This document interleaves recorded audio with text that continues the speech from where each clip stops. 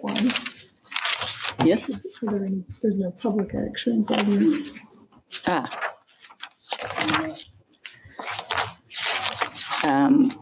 Well, yes, I was asking whether somebody wanted to talk to them, and the answer is it was I believe there are any. yes. Oh, that's fancy for you. Yes. And no outstanding. Yes. And likewise matters for consideration. Right, the matters for consideration. Moving on to 7.1, Safety and Wellbeing Report. Do we want to have this talked to, please? Yeah. Who's wanting to talk to us today? Yeah, look, I guess sent the report through, and I've just following on from feedback from last time, I've just included a little bit more information in the attachments by way of just a table, just giving a little bit more of a timeline, which was requested last time. And I've just also included an attachment that shows a bit of an overview of the Fit for Future Wellbeing Program, as well as the dashboard. So just taking the report as read, and if anyone has any questions, happy to respond to that.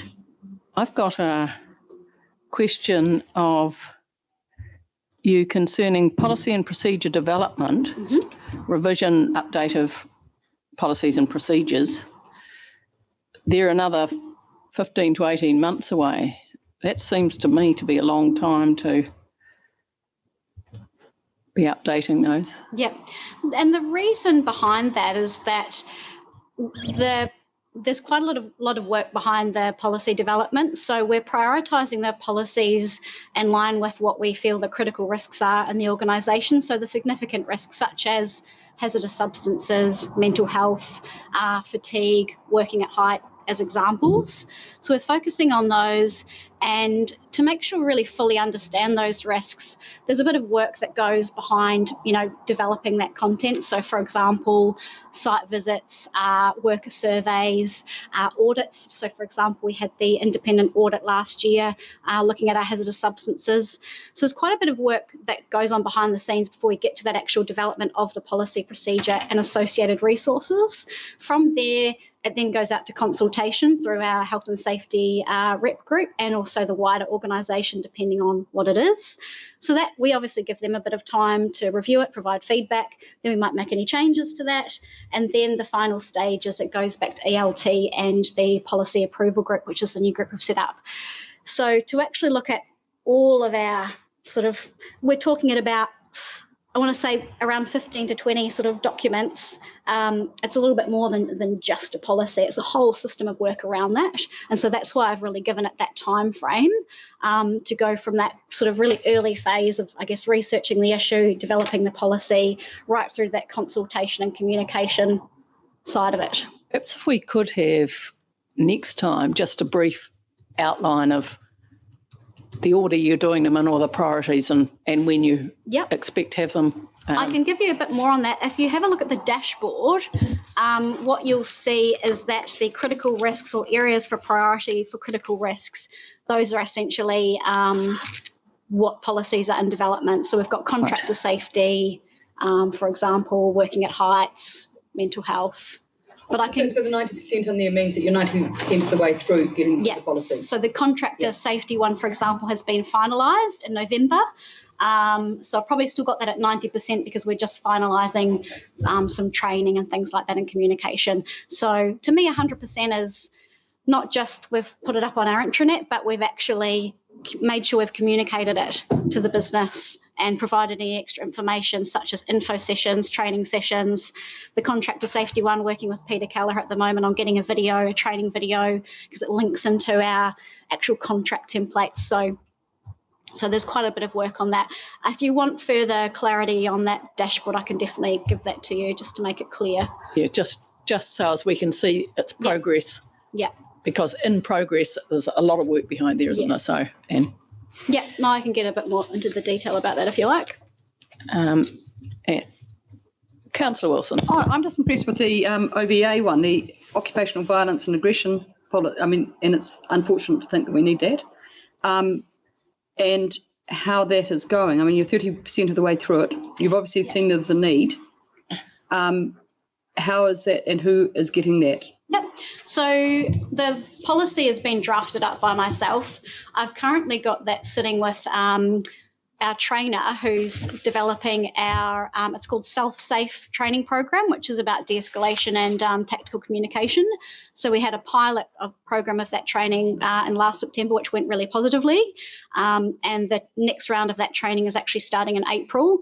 So the policy and associated safe work practices around how we manage customer aggression are sitting with the trainer at the moment for a bit of review to make sure that the language is linking in with what's being provided with the training.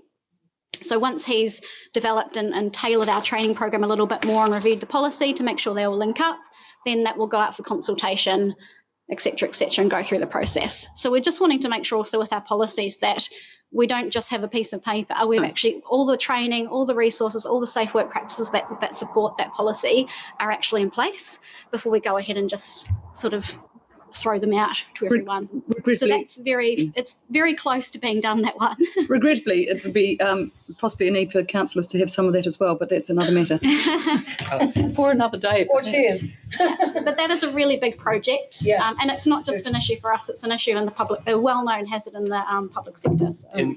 And is it correct that some of those incidents over the last quarter are specifically on that point? We've had 5. Yeah. 5, yeah. Yeah. And that's not, I believe that's actually just because of greater awareness recently, and there's been a few things that, Sarah can speak to that we've really been focusing on. This kind of behaviour is not okay for our staff, and we've had a couple of incidents, that have been quite prominent. So a lot of it is actually just increasing awareness that none of our staff members deserve to be abused at work, and even just that verbal abuse is not okay. So I think a lot of it actually is just an increased awareness. But I expect to probably see that, at the last council I worked at in Australia, 30% of our incidents were occupational violence related. So it was pretty significant.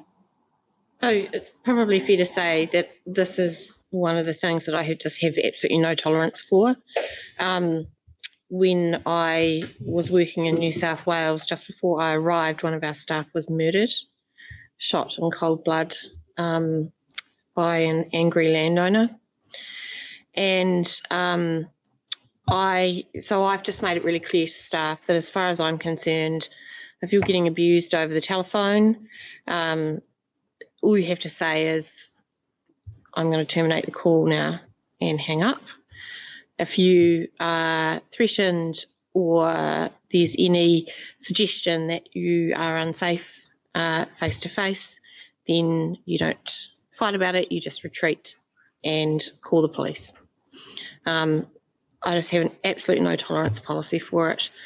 Nobody comes to work for that, and we have to keep our people safe. And having worked in an organisation where, the worst possible thing happened, it's just not okay. And we have had some really unfortunate stuff of late, including some racism, which is just completely unacceptable. Having been at a meeting, and I did jest to a certain extent about us doing it, but actually being at meetings with staff, when you get that, it is our job to deflect that. And I do think we've got a role that got to almost that point in middle March recently, and just people were being angry and giving it to anyone, really. It's not acceptable. And presumably if somebody rings, that's reported back through the system too. So is it exactly. Not only do they hang up, but they report it back. It's reported through our system, but it's also reported to the police. So where we are, in some instances, unfortunately, because a lot of the phone calls that come through to customer service are anonymous, so we can't report it to the police. But there've been a couple of issues recently where police have been notified and reported. Yeah. Councillor Noon. Thanks, Madam Chair. I just following up on this topic, and it's probably a question for Rebecca or Sarah, but in a situation where you've got, maybe it's a compliance issue or whatever, where things are obviously a bit testy, would it be standard practice to have someone else go with the compliance officer because those situations can be, they can sort of get out of control, I Well, suppose. But are we at that point? Yes, but by the same token, the legislation requires us to eliminate the risk. And so the reality is, if we know that, then we're going to engage in a different way. Right, okay. We're not even going to put our people in that position. And the training Yeah, is focused on Sorry, can I de-escalation. just, sorry. On the basis, if you know that's the situation, fine and dandy. I'm coming from the point of view where you don't know the situation. So is it standard practice where you're dealing with an unknown, you don't know the type of reaction, but there's a lot at stake, for example. There could be a hefty fine coming down the pipeline or whatever. So I'm sort of trying to, If you're the going question's in around preempting. if you're going into a situation completely cold, so say you're going to do a normal routine compliance inspection, no, you're working alone. Okay. And we have procedure around lone workers. Okay.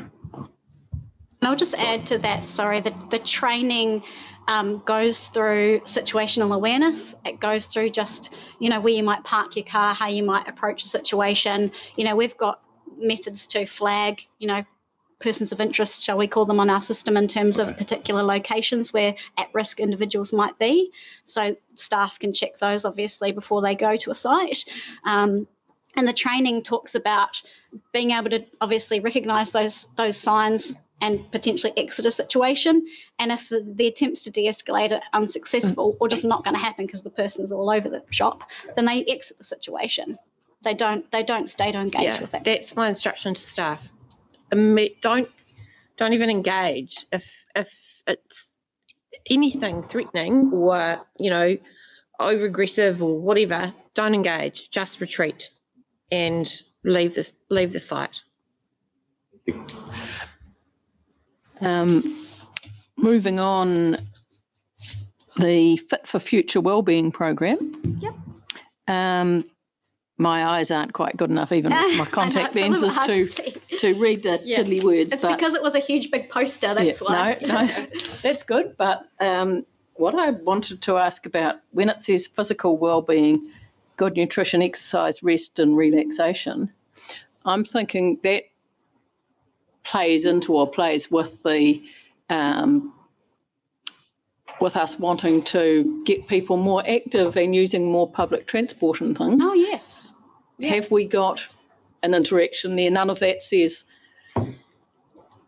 get the bus. that we're getting people that we're engaging them with active things and public transport things, which are two slightly different things, but they all play into that physical wellbeing. Yeah, no, you're right. And my colleague Gina is actually the mastermind behind the wellbeing program and all the activities. And currently the whole promotion around physical activity is that getting up and moving more, just at the office, for example, getting up and not sort of staying chained to your chair. So, and she's got various other activities going on at the moment, but I can definitely raise with her the public transport idea, and perhaps she can look at, promoting using the public transport and even using your bike and things like that. Yeah, and biking and walking, such that she can perhaps if she could, have a think about finding out what currently people are doing and trying to improve that. So, like whether it's practical for people to be walking down from Stafford Street to here, whether that's taking time out of their day or whether they were due for a wee wander around in any case or whatever. I shall raise that with Gina, and if she hasn't already thought of it, I'm sure she'd be happy to. And how much people can use public transport when they're going places, so as that we can be an exemplar of both looking after them and encouraging the thing that we want. I'm not entirely sure how that fits into wellbeing. Well, it says here versus exercise it does. So I was thinking active moving about. Not using the bus, but I also read in the LTP process that our thoughts on climate change permeate the entire organisation.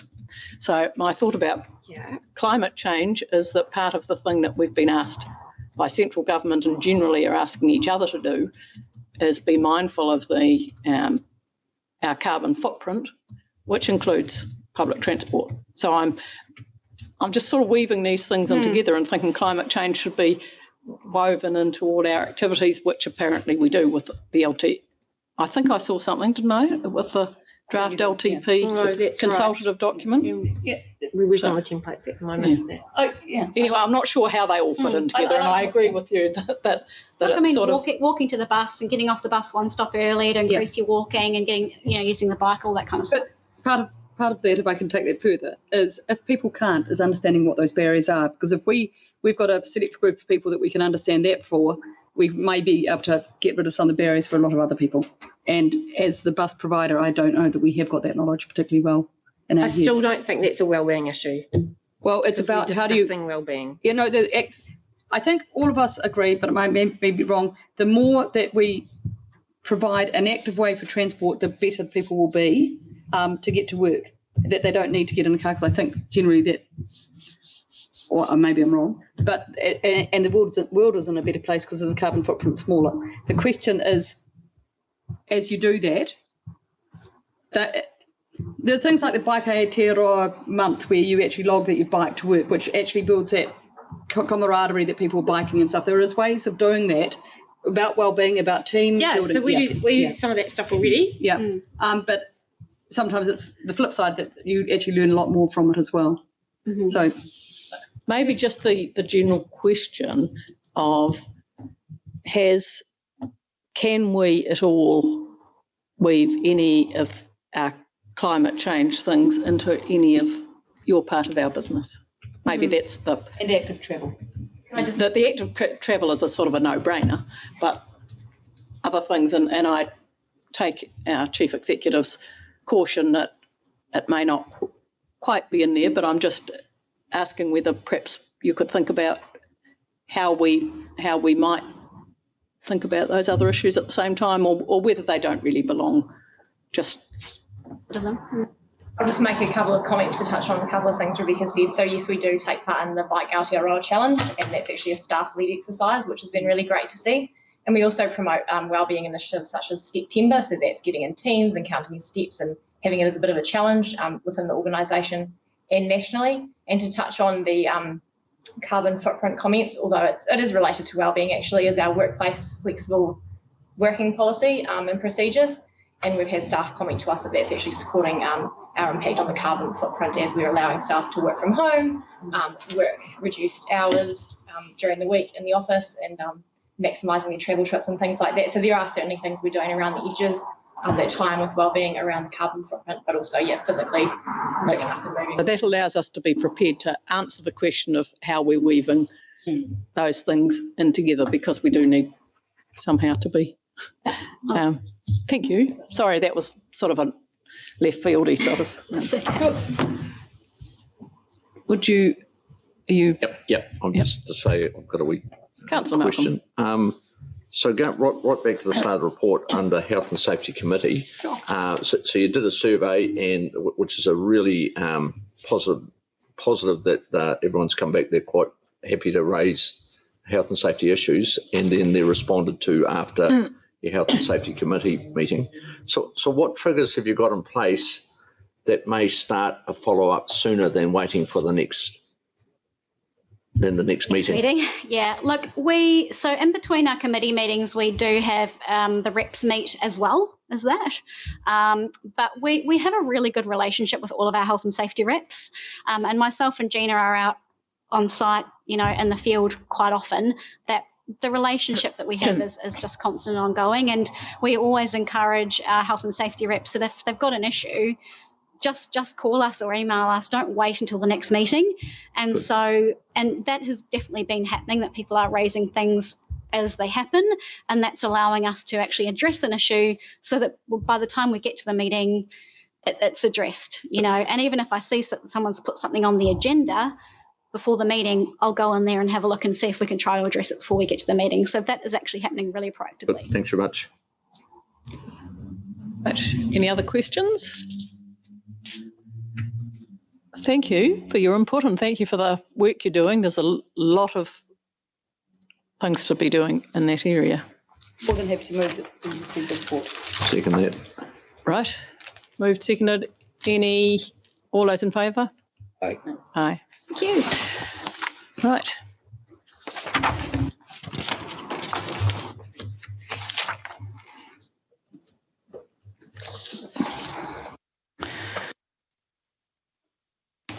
Moving on to 7.2, legislative compliance.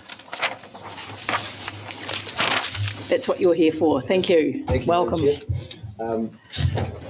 Thanks for the opportunity to speak to the three papers. I have three attachments attached to the report that I guess is the key. The legislative right of fitness being the first one. It's the second year which we've run that paper. We've made some changes to previous year. We've got rid of the categories of under review when underway. And replace them strictly with a compliant and non-compliant. So if something is currently underway today and not finished, it will be marked in the report as non-compliant. Being our second year, we're able to, I guess, compare our results from the previous year. I'm pleased to say that there's been some improvements. Last year's report was 71% compliant. This year it's moved up to 89% compliant. And I think a lot of that's got to do with the fact that we're doing this report now and it's in front of people's minds and they know we're going to come around and ask and follow up to get the staff's view. So I guess it puts a checklist out there for staff to work from. The second report that sits in with the legislative right of fitness is the audit. Now, during last year, we created a template for both internal and external audits. And the purpose of that was to get some verification of the information that's been provided for the warrant of fitness. And the first external audit we did was an area in our team, which has been information requests. And we found it a really useful exercise. It came up with a lot of ideas for us to improve the way we do things. With official information, it's regularly reported. The Ombudsman does audits on a rotational basis of councils throughout New Zealand. So we're using that audit as well as information from the audits of other councils to try and lift our performance. And we've already implemented some of the recommendations from that external audit. Do you remind us what you mean by internal audit and external audit? The idea behind that is for some matters where we use an external organisation to do the audits, we would, I guess, use that template which we've provided. But one of the reasons why we chose to do an external audit in the first place is for our staff also to learn how to carry out an audit. And we're hoping to be able to do an internal audit on other areas of council using that same form. In this case, by internal, you do mean our staff. Our staff, correct, yes. And the last attachment was the mandatory document register. So that's a new register which we put together this year. Again, it also provides a useful checklist for staff. And it would be particularly useful as staff move on and new staff come to work for the council, where there's a checklist of all the documents which we need to have in place. And being the first one this year, we've identified some gaps, but because this is a baseline for future years, it's a good place to work from. Right. Questions for a start about this first document? So we've got them in the alternate order, haven't we? Yes, yeah. Sorry. Yeah, so that was, I'm just making sure that I'm not, because if we started. Sorry, that was probably my fault. Yeah, loading them up. Yeah. Let's talk about them in the order that we've got them, That would be so as not to confuse us any further than we need to be confused. I just thought I was that excited reading them, I'd forgotten the order. Right, so we've got mandatory documents first. Yeah. Questions? Councillor Wilson, have you a question? I do have a question. I've got a number of questions, and I'm happy to, if you want to go them page by page. I didn't really worry about the annual plan and the long-term plan, because I think those, if we haven't got those processes right, which are so public facing, I would be really worried, and I've got confidence in those. It was more testing in my mind, the latter ones, which are less public facing. And so I've got up to the local government ones, but if anyone wants to go before me. What page is that on? Sorry. 37, I think I'm up to. Oh, yeah. no. 39, 37. And Right. the Personnel, this is Local Government Act 2002, and it's just a minor one, and it's a really difficult one being a good employer. It isn't easy. And I just wanted to understand in this building, people with disabilities, because we've got, and it's a minor thing, but access to loos is actually downstairs, I think, but I may be wrong. No. Or is it, okay, well, that's, oh, sorry, no, sorry, there's, yeah, no, there's the One through there that's Yeah, accessible. it's the other ones that, yeah, so, of course it is. So what, downstairs is loos as well for public though, is it? Or can anyone use those ones? Yeah, if they ask, they could use them Yeah. because they're accessible. They're not. Yeah, they are. They're not accessible, locked sorry, off. yeah. I was just thinking when you go down the stairs, you see those loos on that building. Yeah, and so upstairs will be the same situation for people in wheelchairs. Upstairs, as in. No. But, Sorry. but Ignore you're that. talking the new Ignore floor. that question. The new floor. Ignore that question. Yes. Sorry, apologies. Yeah, sorry. I was just getting my head around that. Well, you see them on the loo as you walk down the stairs. You see those, and I was thinking those were the accessible one. Yeah. No, we have an accessible one here. Yeah. Right. Yeah.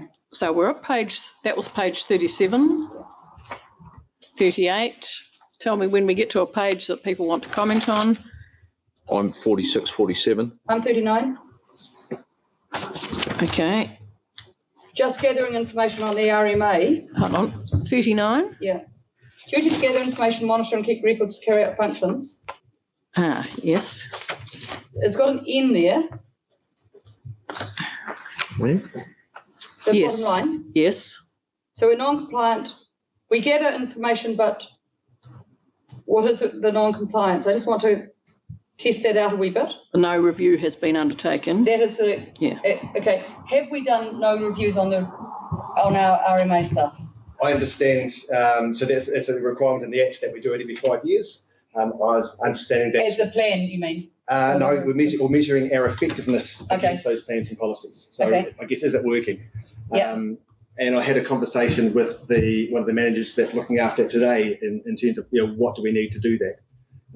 So this is, I guess, one benefit I get from this report is staff are looking at that now and working out what information, because the information is probably there, but the analysis probably hasn't been done in terms of, because the science has been done in terms of water quality and air quality, but to measure that against the effectiveness of our plans. Okay, but we have done a review in the RMA field in the last few years, though, haven't we? Or We did a review of consenting. okay, but that's not this sort of stuff. I see. So that okay. So this will involve policy and science in the main. So it'll be the areas putting this together. And I guess the wheels are in motion from my discussions today that I wouldn't anticipate this will be non-compliant next year. Sorry, this is talking about monitoring. Am I on a different page than you? It says gather information, monitor and keep records. Yeah. Which is, The document says page 39, but in our diligent it says page 59. Oh, I see. Sorry. So if you're looking at a hard copy, it'll say page 39. yeah. Yeah. Yeah, so it's to gather Yeah, information, so- monitor and keep records to carry out our functions. Monitoring, relating. So that one particular point is linked to section 35(2)(b) of the RMA, which is we must report every 5 years. No. On the effectiveness of the plans as relates to consents going through, you mean? Correct. So, yeah. Yeah. So I didn't go back and look at the act, but yeah, okay. So is your comment that you would add to the comments now that it is underway and it will be done by next year? Is that what I heard you saying, or is it not what I heard you They're saying? certainly preparing for that information now, so I would be very surprised if it wasn't done. So this particular task here isn't one which I'm managing as such, but from my conversations today, the wheels are turning to commence this review in terms of working with the scope, and I'll be surprised if it wasn't compliant next year. Can we, with the ones that say in, could we just have a focus on them to bring back to us as to The actions. the actions? So put them in the action so that we can trace them, No problems. that they're being done or they're, so anything that has N beside it,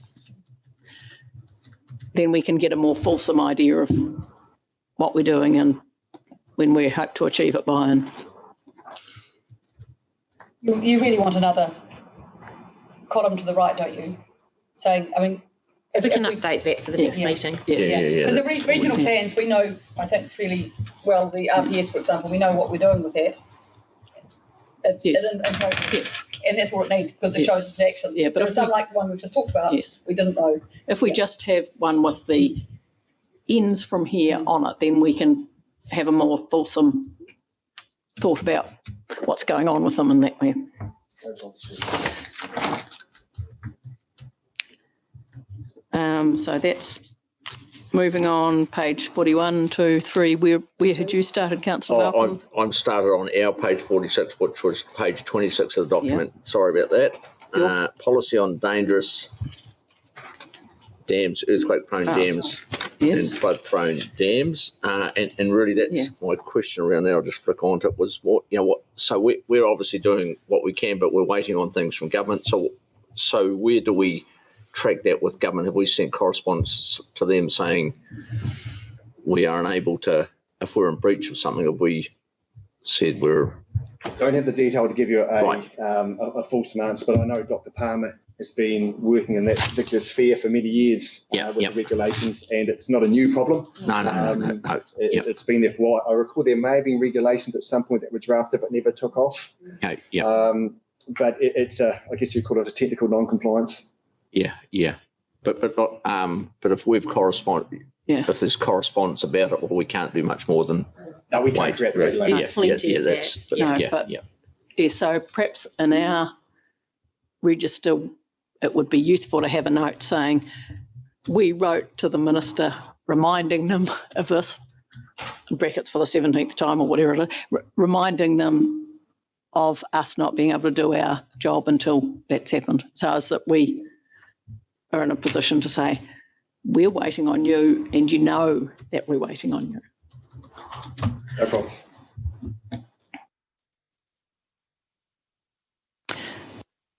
Okay, moving forward.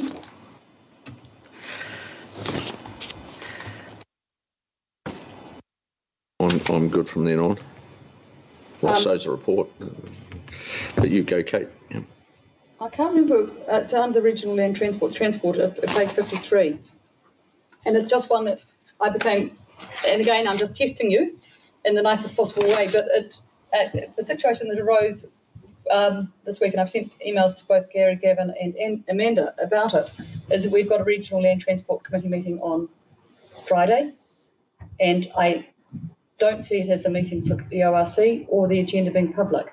And so I'm just questioning, should that be? And have you got confidence that we're meeting, or maybe it's a Lagoima request actually. So we've got a meeting coming up. It's a public meeting as far as I know. The agenda or part of it should be public, and it's not on our website, but it is a committee of this council.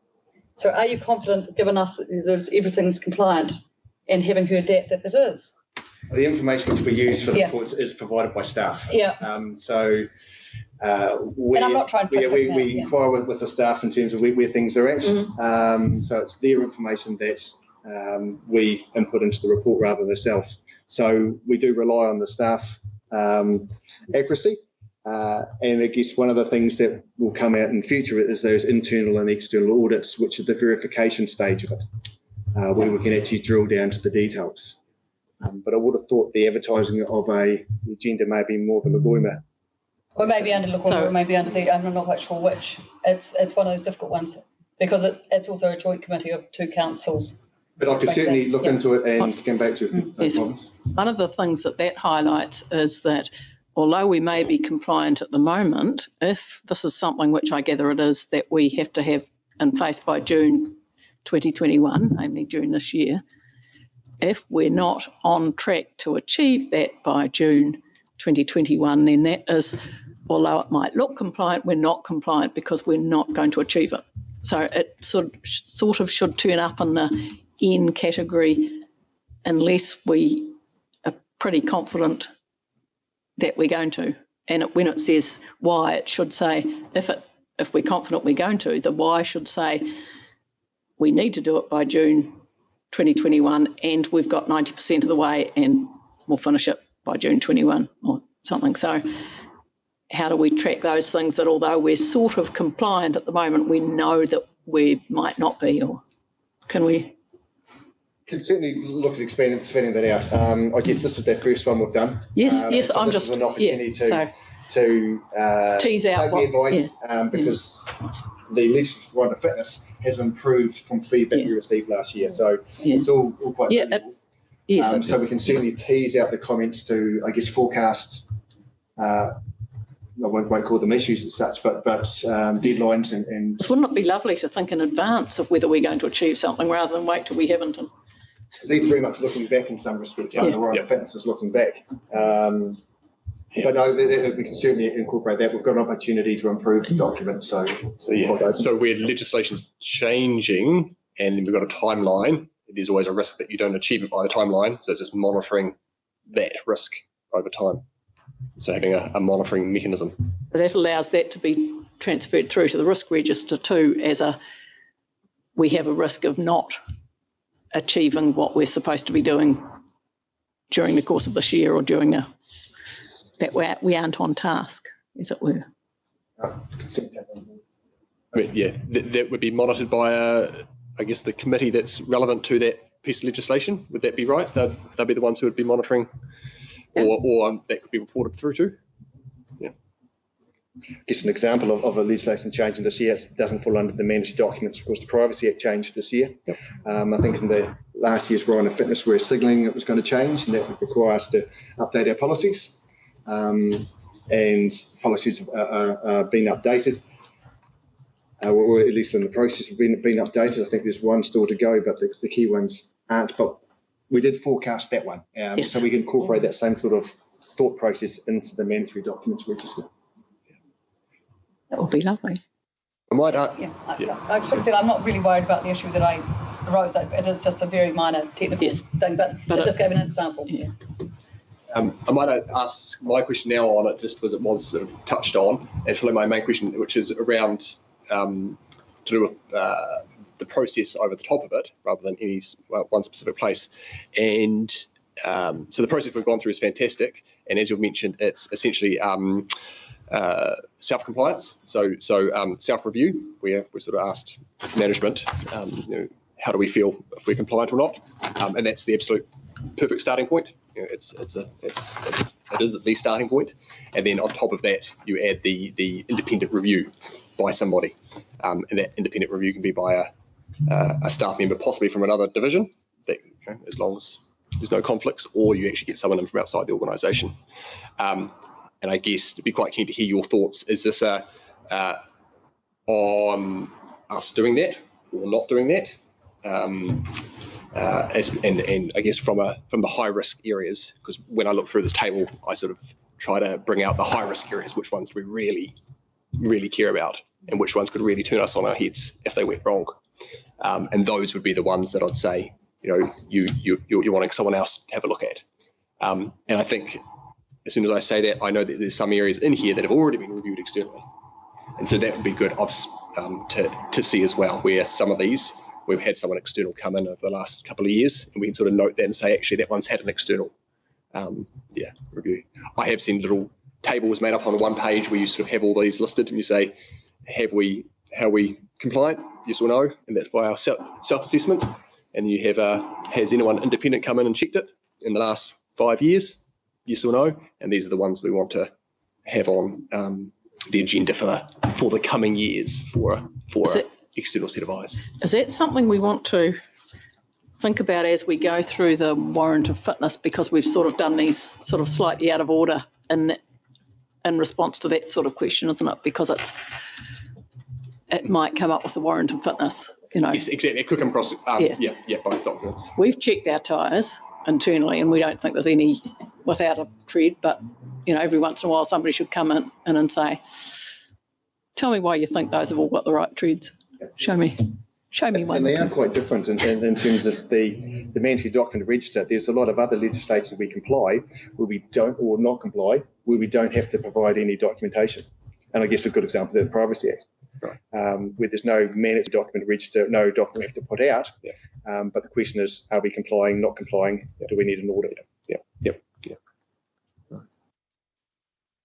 Let's hold that thought. Hold that thought and there, maybe. Yes. Yeah. All right. Good. So the next piece, unless anybody's got any questions before we get here, is the legislative warrant of fitness. I've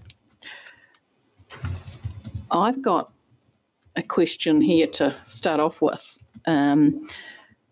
which is, could we not only, or is this the proper place to have not only legislative warrant of fitness things, but things where we have done reviews or reports or whatever. So like we have in the minutes something from the audit of our things saying here's 3 things we picked up during our audit, and then we have a response saying this is what we're doing about them, which we'll get to. So that's a way we have if somebody's done a report on us and said, hey, you want to look at these areas, and we then have in our records what we've done about that. And this is legislative things, and I'm wondering whether this is the right place to have in, as part of sort of our warrant of fitness, other sorts of reviews and reports such that we can have them coming somewhere where they then get looked at as to whether we've done things and what, and they might belong in here or might belong somewhere else. And 2 things come to mind. One of them is the CME things that have just come out. So it comes out and it says somebody in external looks at all the councils in New Zealand and says the average is 70% for something and you guys are 45% or something. Or in some way says, perhaps you could do better. So there's that sort of thing. So how do we report back, or how do we engage with the attempt at continuous improvement that we would have coming out of that? Another part of the reports could be, there was a report I think several years ago about resource consents and another one about compliance. And so somebody comes in and does a report and we take that on board, but there's nothing that follows up that and says, yes, we've taken on board 15 out of 17 of the recommendations or something. This is what we're doing. This is what we're not doing. That there's no coming back to somewhere where we take that information. So those are 2 examples of when somebody said something to us that might be saying, hey, it could be improvements here that you could make. And I think we've got an interest as Audit and Risk in thinking that somebody is seeing, have we made those improvements? If we've chosen not to, why is it that we've chosen not to? Or is this here that any of that belongs, or is it somewhere else completely? I think the warrant of fitness is probably a nice place to put it, because it is their own document. We can include what we'd like, and it is relevant to compliance. As you were explaining it, one thing that came to mind was the Building Consent Authority audits. Yes. Where you do get the lists of things which you need to do in terms of a minor level, and there may be some things more serious which need to be addressed as well. But that would certainly be something that could be tabled on the back of the warrant of fitness, and then I guess referred to in the main document with the audits attached, and possibly maybe a summary of what's been achieved. But that's one that leaps to mind straight away in terms of the to-do, let's call it. If we could put in the action plans, looking at what we could add to that, of those sorts of. It certainly makes sense for any legislative reviews that have been done here over the last, I don't know, whatever period recently, the recommendations out of those in terms of tracking them. Yeah, and some may be implemented and some may not be because of haven't got there yet, or we don't actually agree with them, but which is fine as well. But at least they've been tracked and monitored and discussed. And Hopefully with the reason why. a report may have come back to another committee, like the resource one might have come back to regulatory committee or something, but we should then see a brief thing saying our report has come back and it's been whatever. So Settling, so no problem at all. Yeah. Excellent. Any other questions about, where's the next question? Councillor Wilson. Page 11 of the warrant fitness. Just look, and I've probably read this in the wrong way, but I'm just trying to test whether it's got gaps in what I process. So council was an information holder and provider, and I instantly think of instability or landslides and stuff like that, and ensuring that, and I don't know the process which we have to make sure that goes on LIMS, but for land information or to let other councils know. And I'm just testing it using my very scant knowledge of local government, whether that's something that we would be checking happens. So we hear that there's landslip or there's alluvial fans or anything, and we've got that information in hazards. Where is the process that we make sure that that information, as we know it and provide it, then goes to the TAs and is that beyond the scope of this, or is it something? That kind of point we could probably cover off quite quickly. I don't know the communication methods between our natural hazards and TAs, but I do know that that information for natural hazards will be uploaded onto the natural hazards database, which you can search per property. Yeah. And whether, I'm just hypothetical, I don't know, but whether the TAs, when they receive a LIM request, use that information in the database being the most up-to-date information to inform their LIMs. That's more of an assumption rather than... We wouldn't want us to provide ourselves with an obligation to pass them through to that, but if they look on that. Yeah, you are right. I think in LIMS they do actually have just a extract out of the RC system. Yeah, I haven't actually Yeah, to buy there's other ways that might happen too, though, because I mean, we play, and we've played a significant role in the natural hazards piece of district plans. Absolutely. So you know, zoning and classification of activities and those sorts of things inside of district plans is informed by our natural hazards information to start with. Potentially, that might filter down to a property by property level. Usually, if it didn't, if there was to be a change of land use, normally it would trigger a consent, and then there's usually a question of us. I'm probably expressing this badly.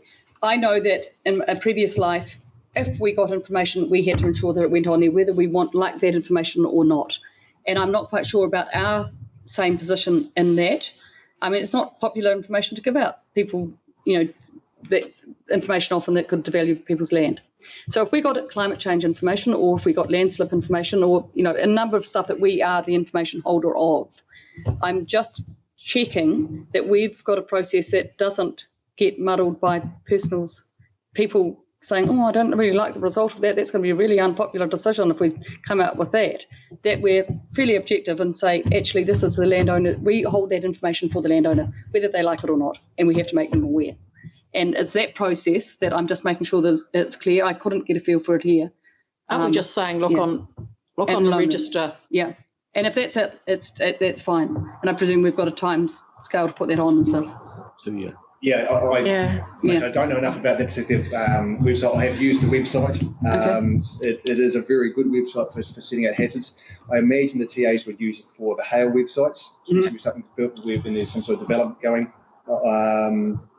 I think we need to take this back as an action. I don't think you have the right people here to answer the question. And that's absolutely fine. It's just one that I couldn't see covered, and it's one that I think is really important. Yeah, okay. I think we're all take that, doing our best guess, but let's actually talk to the people who work with us every day. Okay. On page 11, I don't know where we were, but you've just had a external look at leguimas or whatever, I gather, and you've not only said that, but it's in here. That would be one of the reports that you could put in and say that whether you've followed it or not.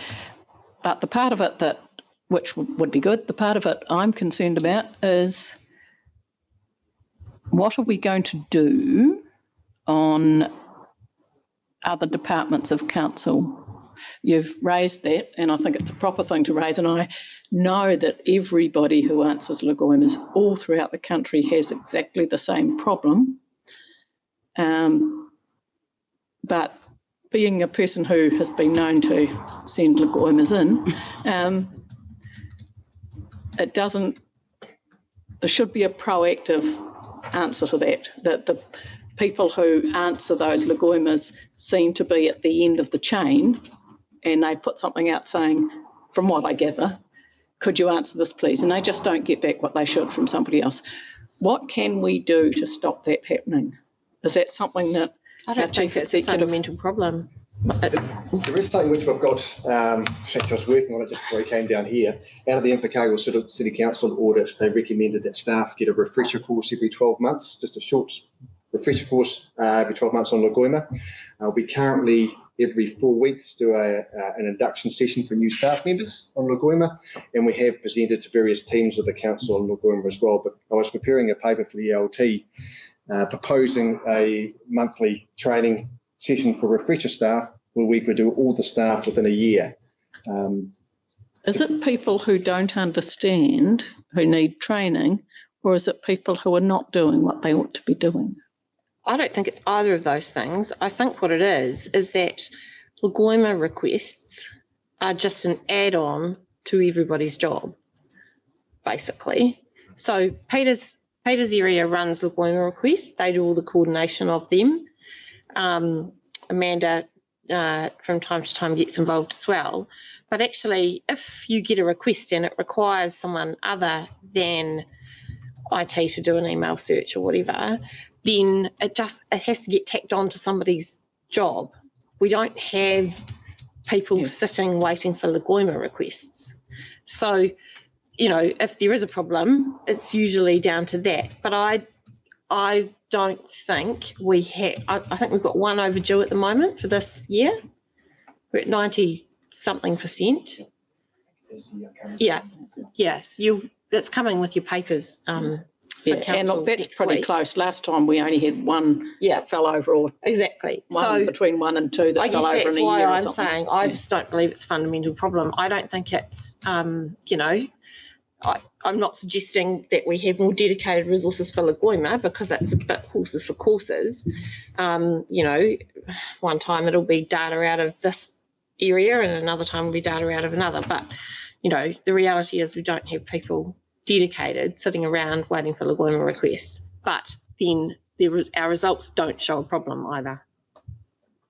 Are you suggesting there's a problem with the process on how we respond to leguimas, or there's a problem with the answer we give?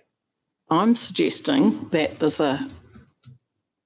has been flagged as timeliness of response is reliant on other departments of council. And what that tells me, and I might be misinterpreting that, is that the Peters people can only give out what they've been given from somebody else in another department, and if they don't get the information, they cannot pass it on. That's correct, true. And that's a process. That's true, but what I'm saying is the fact that we've only got, I think, one reported miss for leguimas for this current financial year says that there isn't a problem and that it's been adequately managed.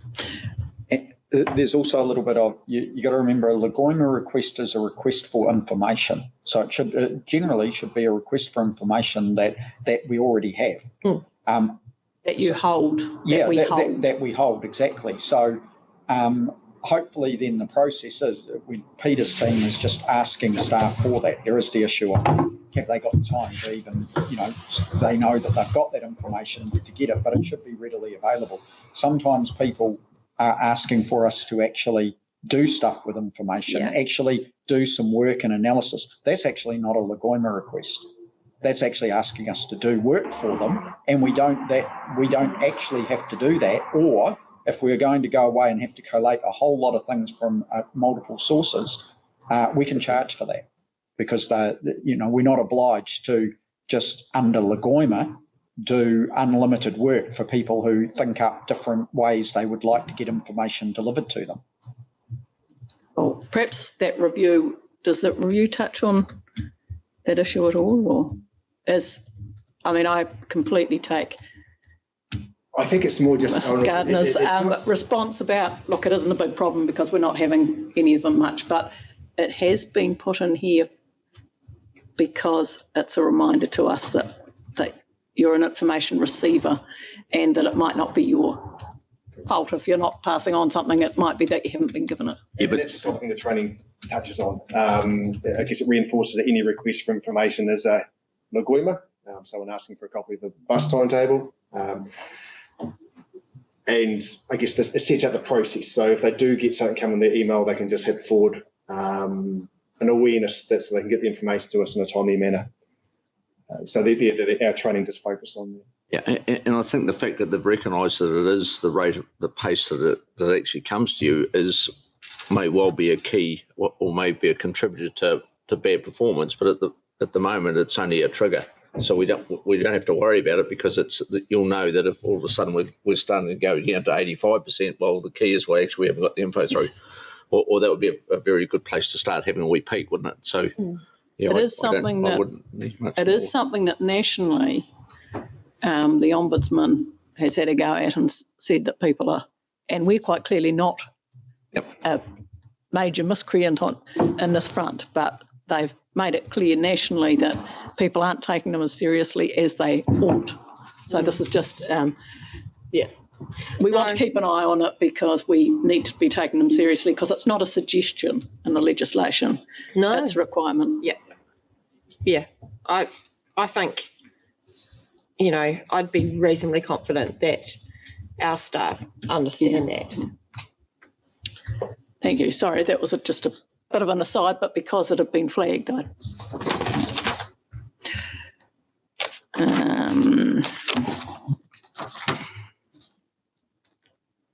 my next query is page 17, if anyone's got anything before that.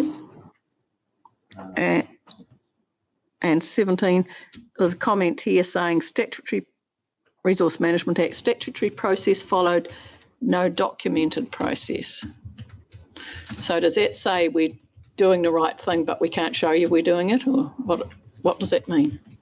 As part of this review, staff inquired about procedure documents, and this I can't claim personal knowledge of this particular item here, but I suspect there may not have been a procedure document for that comment, but that wouldn't lead to any non-compliance as such, but it would just be a note. So that'll turn up in the ends for follow-up. We can do that, yes. Yes, because that is an N. Oh, the N. I said the plans not being reviewed is the reason for the N. Yes, but not the fact we haven't got a documented process. So but look, that's add not in going to go the away. documented progress. That is not going to go away. We will have an N there for some time. Yes. Because our air plan and our coast plan are not budgeted to be done in the near future. Yes. So that's what will come up under that N, but could we also have what's behind this comment under that N as well, please?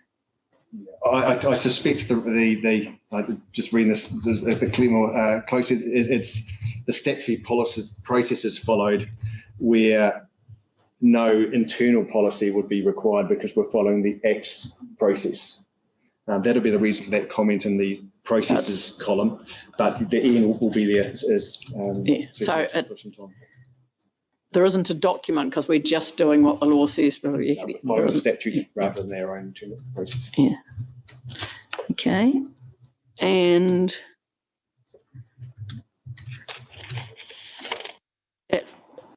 we're back on the next page to the regional public transport plan and things, and so that would turn up. That says that's the yes, but we're not sure we're going to be on, well, our confidence about being on track for something that's in process that we talked about earlier. Yeah. That one was actually non-compliant last year. Because there was an older vehicles and things which since then. Oh, right. The vehicles have left, did you say? You two down the ninth, please. Did you have something to say? No, we're fine, thank you. We've been looking at the hazards portal though, it's very good. Yeah, it is. Okay. Any other comments or queries about that document? We'll look at the whole three all at once, will we? Passing them. That is the end of them, the three of them, is it? So we're now back to Mr. Douglas's comment. Yeah, it's been been good to hear, I guess, where people's areas of interest are in terms of asking questions on certain parts. It makes me sort of just realise that I think because it's a large list, that I think management would see some sort of hot topics in there, and same with councillors. I think from that point of view of risk, and if something were to go wrong, what area would have the greatest likelihood, and then what area would have the greatest consequence as well. And so you'd want to get comfortable over that. So having the self-assessment is good. It's a great starting point, but then making sure that on the areas that you wanted to, you had some external eyes over it. And some have already had some external eyes over it, and some haven't. And so I think... and different types of risk. I mean, there's political risk and there's financial risk and there's... Absolutely. Private risk, which is the one I'm trying to... Yeah. And some of this may be covered off by other committees who've got good eyes on certain bits, and some may not. You could pull it all together here because we do have the list, and it could be sort of brought together to show, like I said before, on a simple one-pager, what areas we're compliant with, which ones have had some external eyes over them recently, and then you can say if you want to, we would like to either have a bit more of a deep dive internally, do an internal review if you want to, or you can bring someone external. Is that something you could look at and either do or tell us what the problem is or where it should be instead of here? Yeah, we can certainly do that. I can imagine even just with the parameters given so far, you could come up with a short list. I suspect to work out which ones need to be addressed first. That can be in the actions too. Excellent. They just seem to be that once you've got them all clicking over, they won't be a bad tool. Yeah. You know, like obviously there's been a lot of work going in to get them to where they are, but I just think for both governments and the team will be a pretty good tool, really. And they are flexible to be improved. So exactly. Yep. Do it again this year. Yep. And do say thank you to the staff who have to, Yes. they have to put their name beside this. So when they do say, we believe we are compliant, they are putting their name beside it. So it's quite a big statement for them to do. I'm sure they'll have to take the time to think through it. So, so that is good.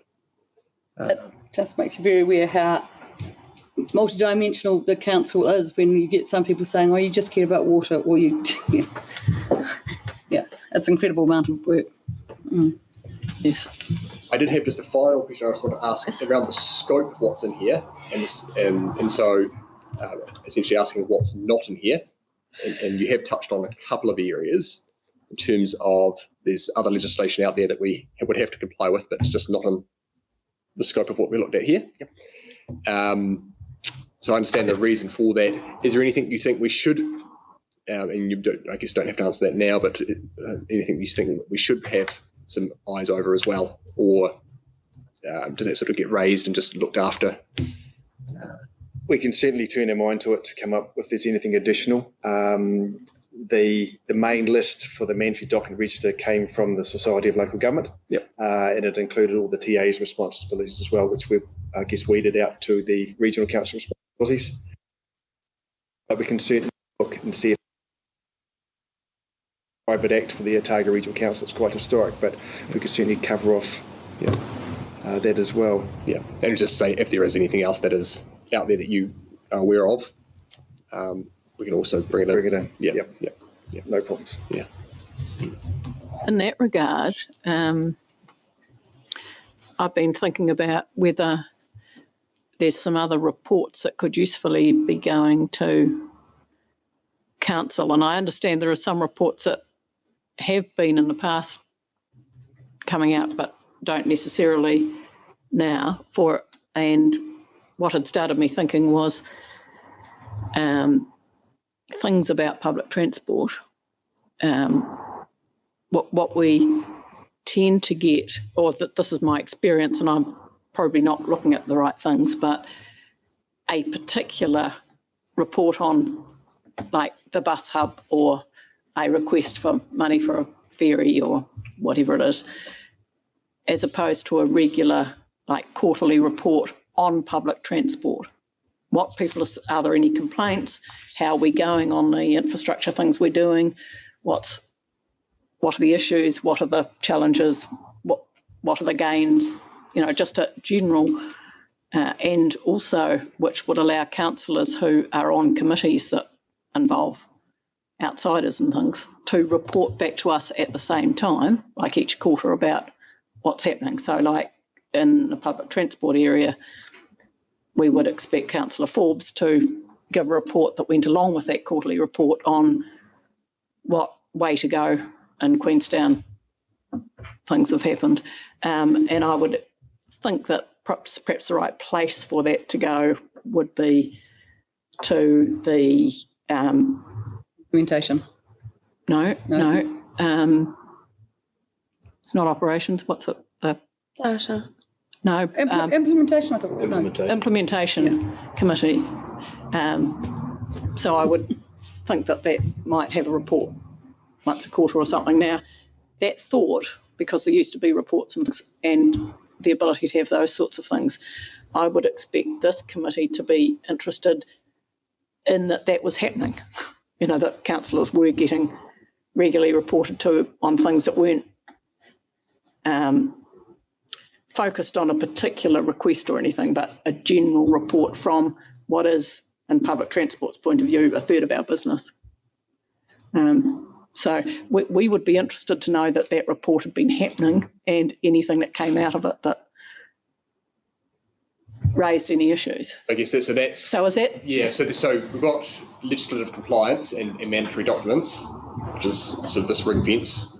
Done some great work on, and then your sort of questions around, you know, for example, the transport and reporting out of that area.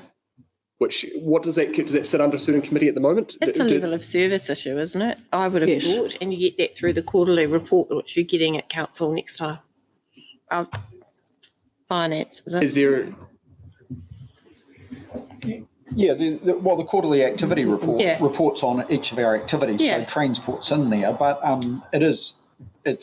that's high level. It's focused on the levels of service and those associated measures and targets, and then we have the financials. But and then in addition to that, Gavin has, at the request of councillors, Gavin is now sending a regular report. That talks about, gives a breakdown of complaints, where they're from and what they're about. So I think you get all the data. It's just that, you know, you get it in a couple of places. I guess, yeah. So transport being and the buses being a core service, that sort of gets reported through to a committee in a standardised way, just to say, you know, this is the service we're delivering. This is our performance criteria. This is, you know, got some strategy here on current challenges. Yeah. Well, yes. The way the committees are broken up, it's a bit sort of all over the shop in some ways, because, you know, you get your data at the data committee. Implementation issues will come to implementation. So, you know, if you want to put on a new service or whatever, and then your RLTP and that kind of stuff comes through strategy and planning.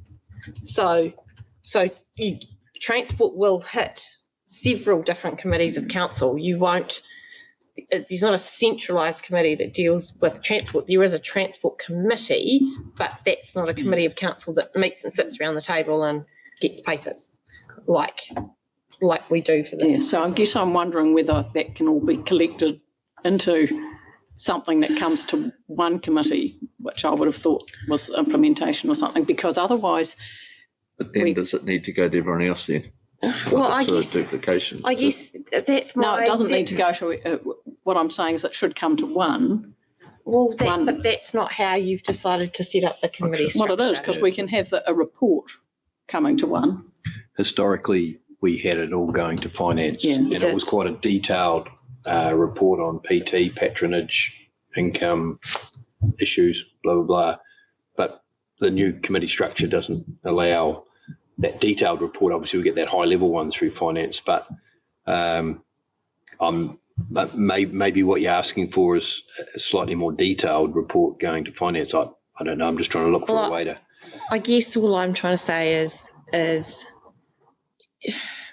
we could do that, but we do report all of that information. It's just that it's dissected. And I guess the issue I have is transport's one function, but that's the way you decided to do the committee structure. So, that's the same for engineering. So, you'll get some data stuff from engineering that'll go to the data committee, then you'll get some implementation stuff. But if there's some policy, say around flood schemes, that will probably go to strategy and planning.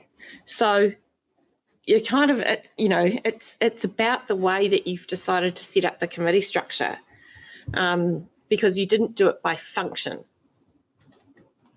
But and I'm just reluctant to, I understand what you're asking for, and I'm not saying no, but I am reluctant to put an already very busy team through yet another reporting cycle.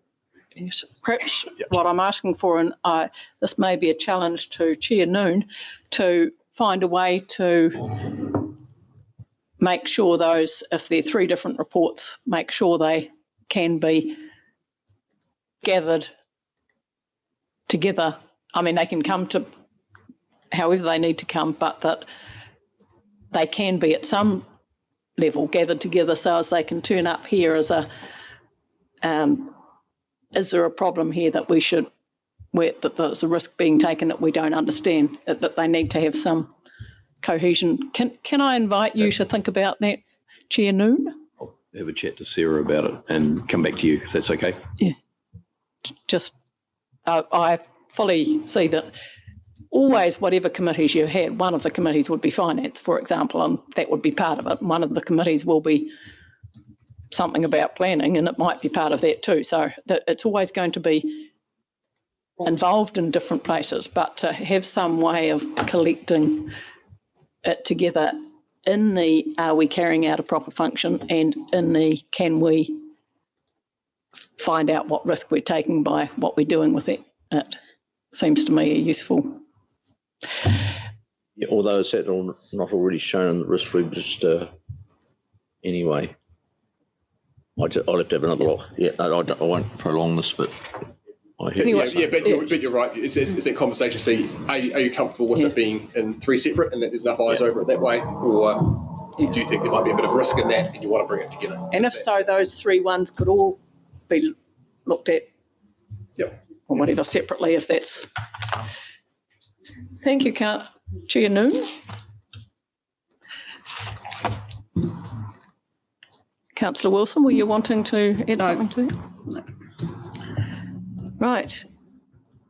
Are we happy then with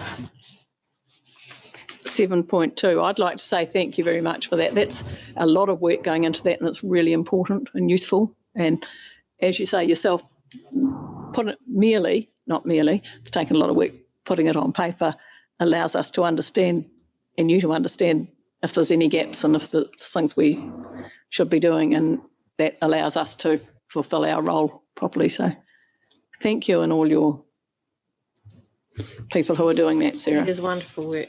Yeah, I just double check on that. Is the actions we're talking about, is it for the next committee or is it for 12 months? Yeah, the next committee. Next committee, yeah, I just want to check that. Yeah. Yep, no, thanks for all your work. Happy to Move, I think, Right. that we receive the report. Yeah. And seconded by councillor Malcolm. Yeah. All those in favour? Aye. Good stuff. Right. Moving right on to 7.3.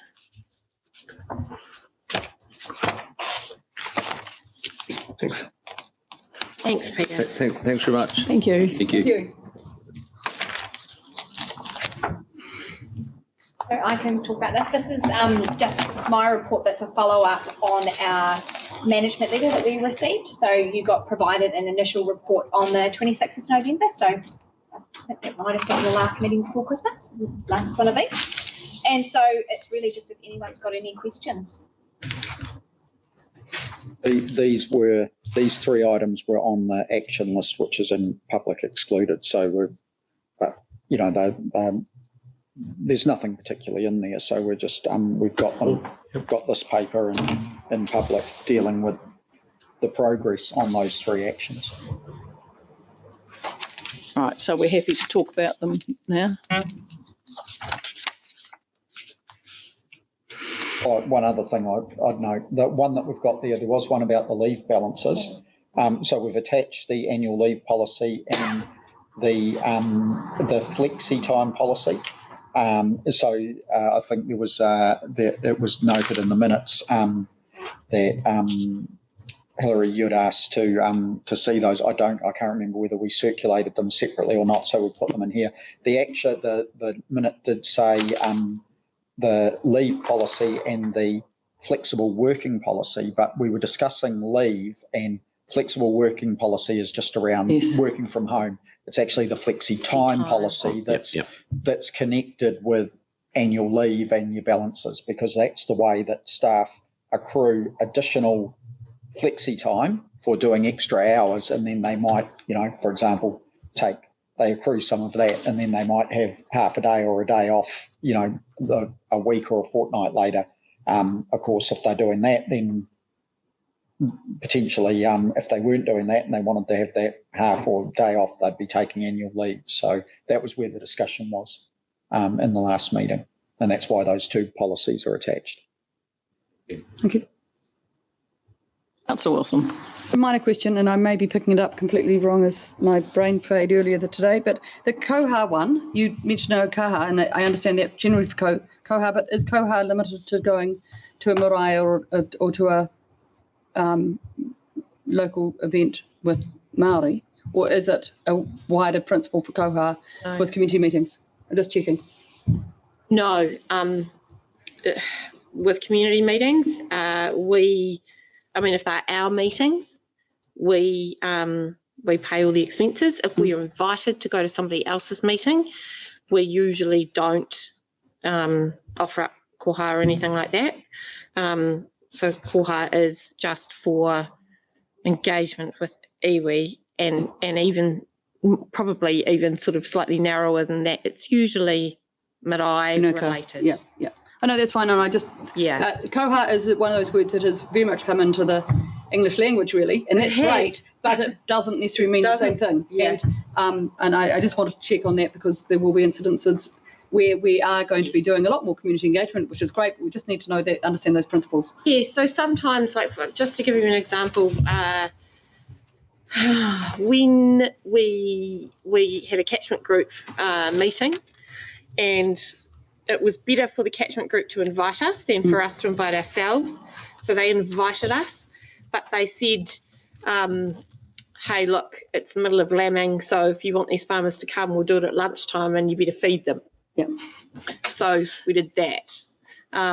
So usually we pick up a direct cost rather than a koha. And that's absolutely fine. I just wanted to make sure that we have some knowledge around that. Yeah. It's a really difficult one to manage. I appreciate that.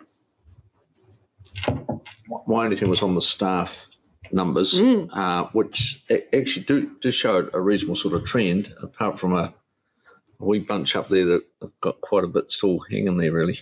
The 33. Is that what you're looking at? Well, that's probably What do you mean, the 8s and 7s? Yeah, the 8s and 7s, like the others. Yeah. The others have all, quite probably going the right way. One of the challenges we have, we've had a few, and we've addressed these over time. One challenge has been we've had a few jobs in the organisation where there's only been one person who can do them. Upper master. So key person risk. The other thing that happens is a lot of the time, those same people tend to be people who also accumulate flexi time. So if they don't take their flexi, you've got the policy there, but if they don't take their flexi time within a fortnight, I think it is, isn't it? It's gone. It disappears. Right. So what happens is people use their flexi instead of their annual leave. Yep. So their annual leave just keeps piling up. Over. What we do, and I mean, it's positive from my point of view, given over COVID, we had a massive accumulation of annual leave because no one took any holidays when there was lockdown and everything. Over the Christmas break, we really encourage our staff to take more than the shutdown period. So we're pretty skeleton in those initial 2 weeks after we come back, usually. And I know that we've got staff, particularly if we have staff who don't have children, they might come back early, but they'll take a later break. So there'll be another sort of amount of leave coming off soon. Yeah, but I'm actually relatively pleased with this. I also am not a great supporter of cashing out leave. And really the reason for that is it's the same people again, right? So they're not having a whole lot of leave because they're key people risks, and then we let them cash out leave, and so they have less to take, and so that it's just a cycle. I'd rather, for wellness, people had leave. So, yeah, but we are actually reviewing, well, we're consolidating the leave policies at the moment because there's about 5. They're everywhere. There's kind of, one for flexi and one for annual and one for something else, and so we're putting them all together at the moment. On the other side of that, and having seen a flood event during the key part of the holidays, I have to say that it works the other way as well, that those staff are available, and it was, and dropped literally the kids who they were looking after to work, and how difficult that is, and really want to acknowledge that. I saw many of them out in the field, and it was great, and I would hate to see what happened to those family situations, because it is really tough. It is really awful seeing people having to work really odd hours in here doing that emergency stuff over this. I'm really gratefully received. And So we have had, unfortunately, in the last few years, flood events and also COVID happening during statutory times. yes, So those same staff are then making alternative hours because we need to pay them that under the Holidays Act. So they are trying to take annual leave and then get all these extra days on the time when they were trying to take off, just because of you can't tell when it's going to rain. so when we go to church next, just ask for the floods to come on normal days. Exactly. Okay. It's just And during work hours would be preferable too. I'm with you. You asked for that. Longer. Last time you had a flood. We are quite a good one when you had one. If they are, if they are quite long, which some of them are. We don't. We don't look. We remove the flexi time, and we will pay the overtime rather because what happens is there's no way for them to actually use the flexi time. So we prefer to, but we make that on a case by case. If it's just short and sweet that they're just going to do, a few hours or a half a day here, fine, that's flexi time. But when we get into this, they literally won't get the opportunity. So we will look at paid overtime so that we're not just making this problem of annual leave and flexi time worse. Because you wouldn't have got a worse combination with this year's. I think you've done really well here. I think it's tracking in all the right directions, and it's been a very challenging time. I think it's on the whole operational, such as that it isn't really for us to second guess Sarah, except to say that when it's been raised in an audit, we like to think that it's tracking in a useful direction. My only comment, and it's apart from saying it's sort of none of our business really, is to say where it says that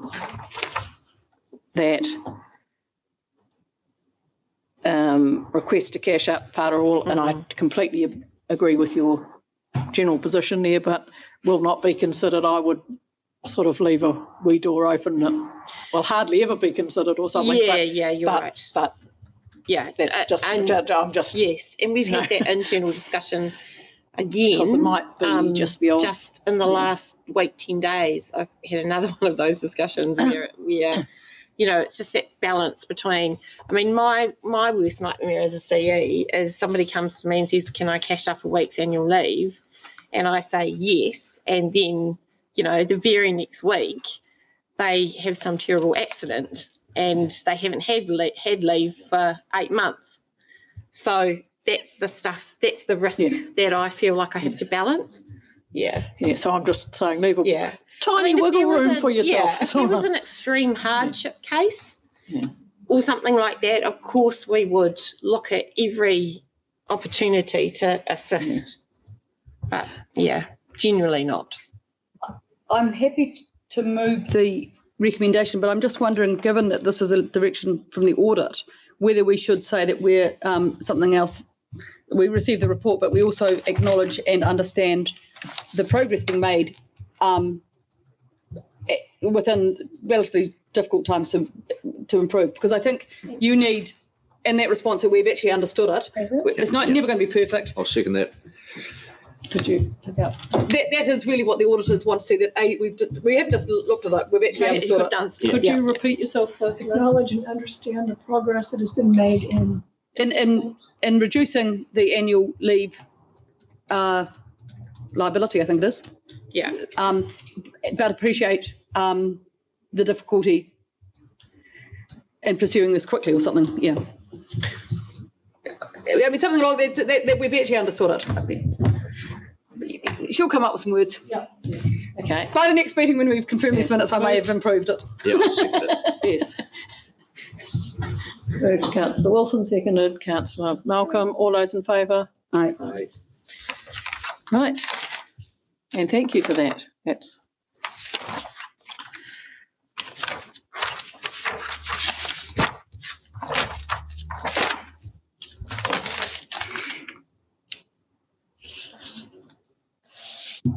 right. We've got next audit and risk work programme.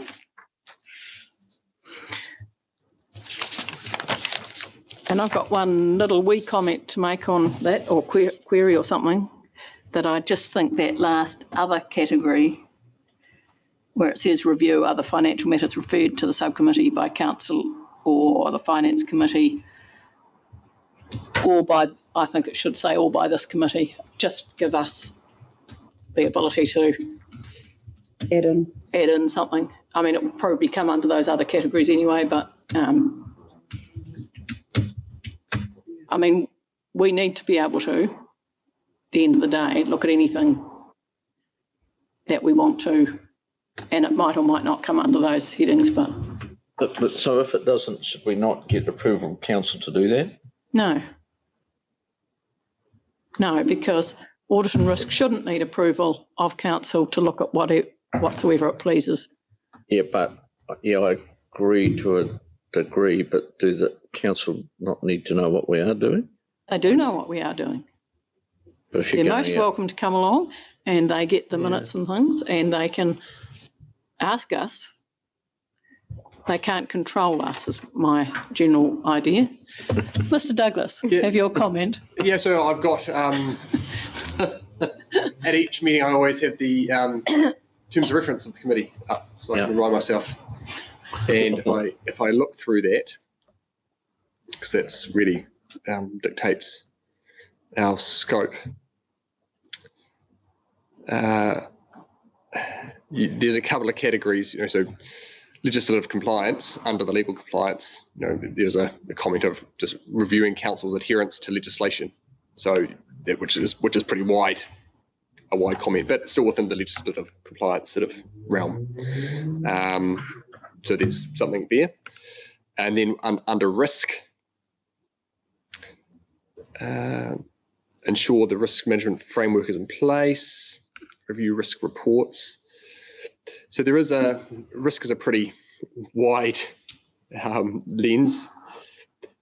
So certainly the audit and risk committees, you sort of say, what you ask of management, what processes do you have in place to give us comfort over X, Y, and Z, and so I guess in some ways you can ask that about just about anything, but it's asking it from that sort of point of view of give us some assurance, because it's about assurance. We can leave that out in the sense that whatever we want to look at can be brought under one of the headings above in any case. I mean, we're at the Audit and Risk Committee. You've described some of the scope just then, and one of the headings is audit and one of the headings is risk. So I guess everything we're doing is under something above. So we want to just leave out, take no notice of what I've just said and approve that. I understand what you say, but I just, yeah. I'm not thinking of anything that I couldn't bring under one of those, or we wouldn't. So if it makes anyone uncomfortable at all, we can leave it how it is. I would think if we did finally come up with something that was out of those parameters, that we'd probably be talking quite closely to at least the chair to get it around all councillors that there is an issue if it all of a sudden wasn't in there.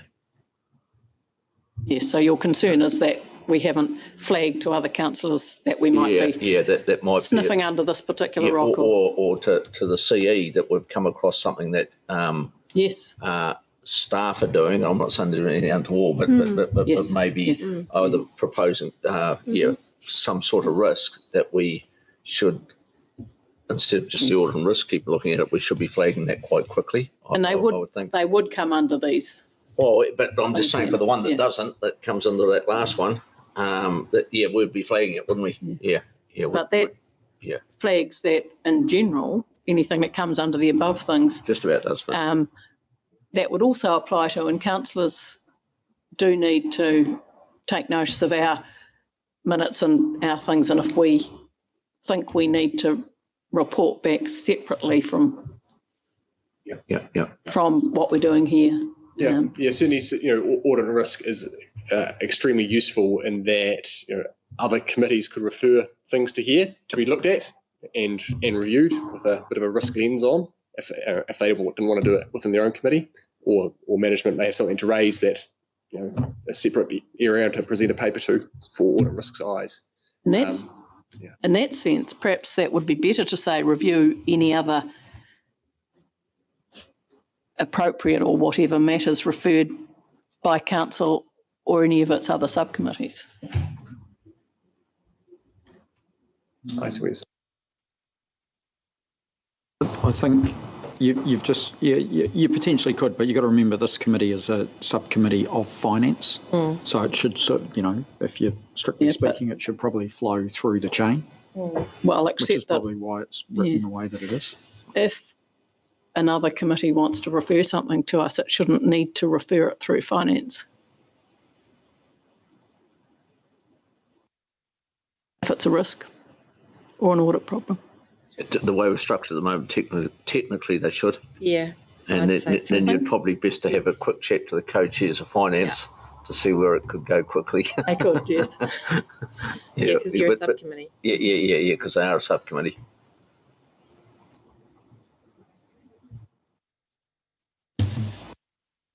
Not dying in any ditches over this one. No, leave it. No, I understand where you're coming from, though. But I just happy to move.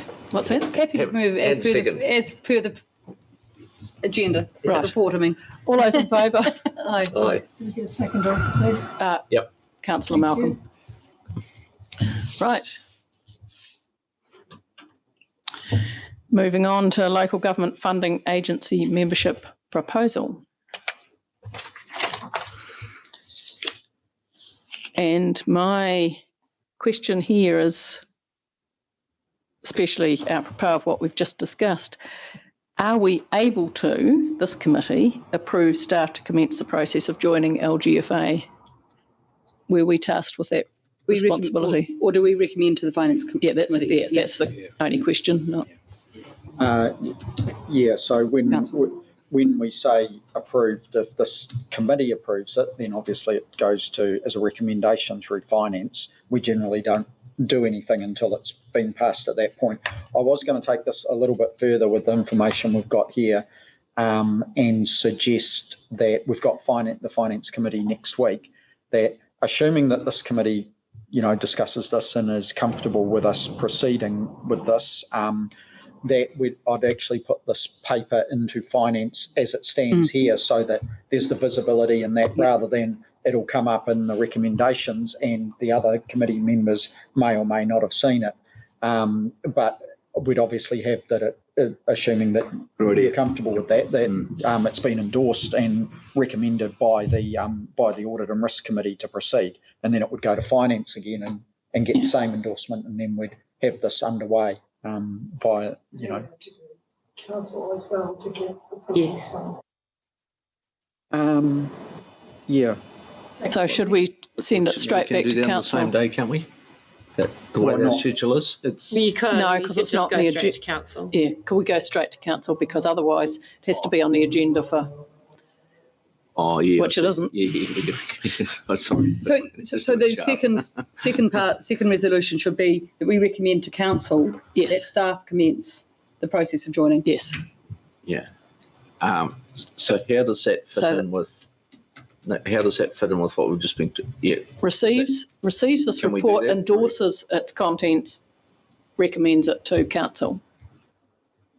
Is that what we want to say? So the second recommendation says approve staff to commence the Yes, process. No, instead we say we Recommends to recommend to council. council that staff commence the process, or that they endorse.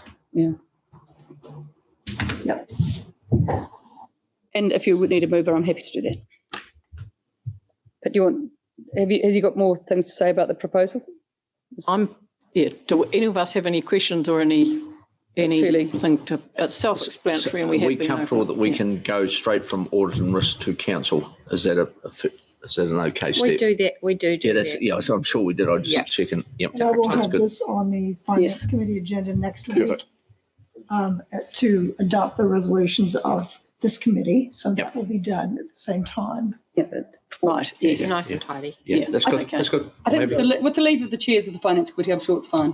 Yeah, I'm sure it is, but I just like to have it. Yes, have it done I hate right. to be referred back to audit and risk because we'll slip something out. Okay. do that with Yep. the annual report. Yes. Yeah, we do. The Audit and Yeah. Risk meets and puts it straight to council, because there's Yeah. no time for That's finance. will be right. on the council I'm comfortable. agenda. Yep. And it will be on the finance agenda to adopt this recommendation to council. Perfect. Right. You're moving? Just a question for Nick, and it Yes. just relates to the possible debt profile if we were to go down this track. And there's 20 odd mil spread between commercial paper, floating rate note and fixed rate bond.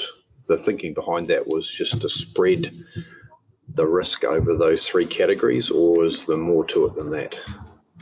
It just means that, so obviously Bancorp's put this together with a mix. It just means that you've got varying rates and you've got varying times that they're spread over. So you're just diversifying your interest rate risk. It's really as simple as that. And the 25 million is then is the number that, going through where we're at currently, we've got a bit over that amount, sort of 26 million, and it's forecast to go up a little bit more of internal debt.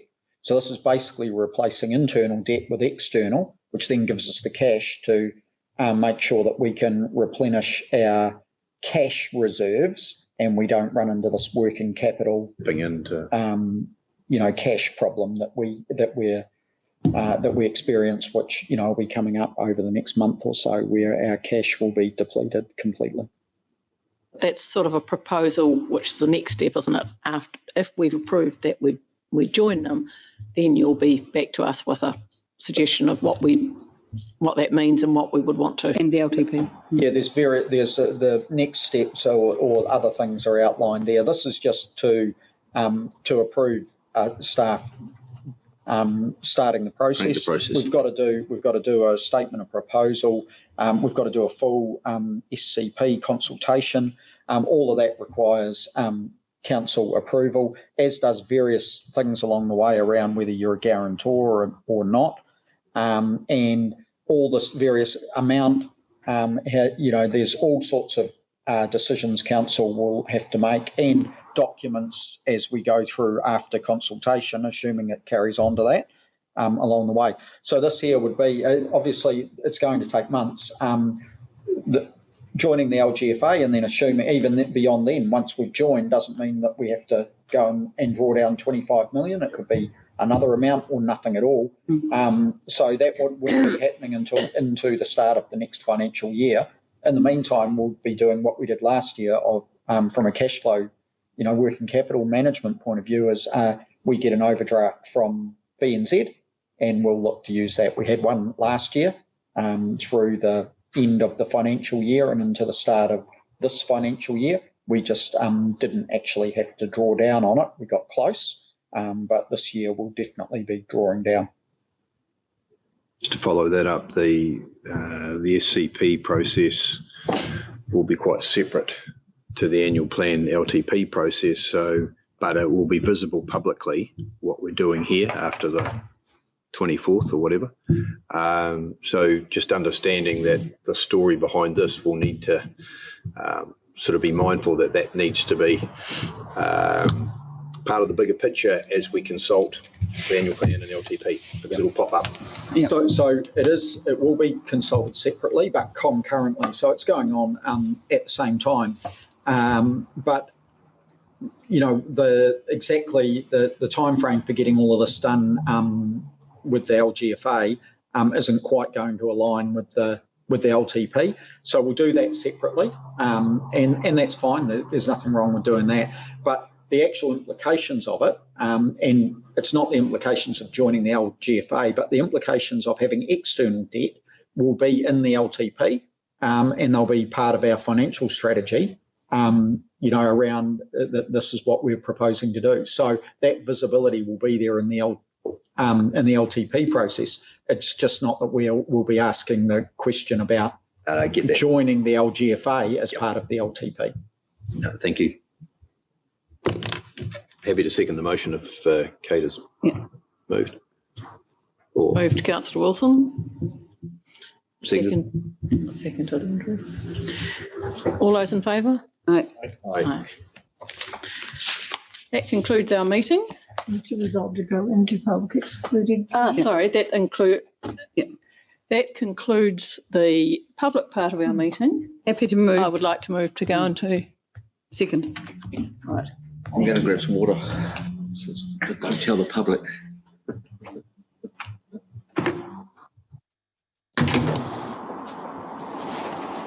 You want to hit 5-minute break for staff and us? Thank you.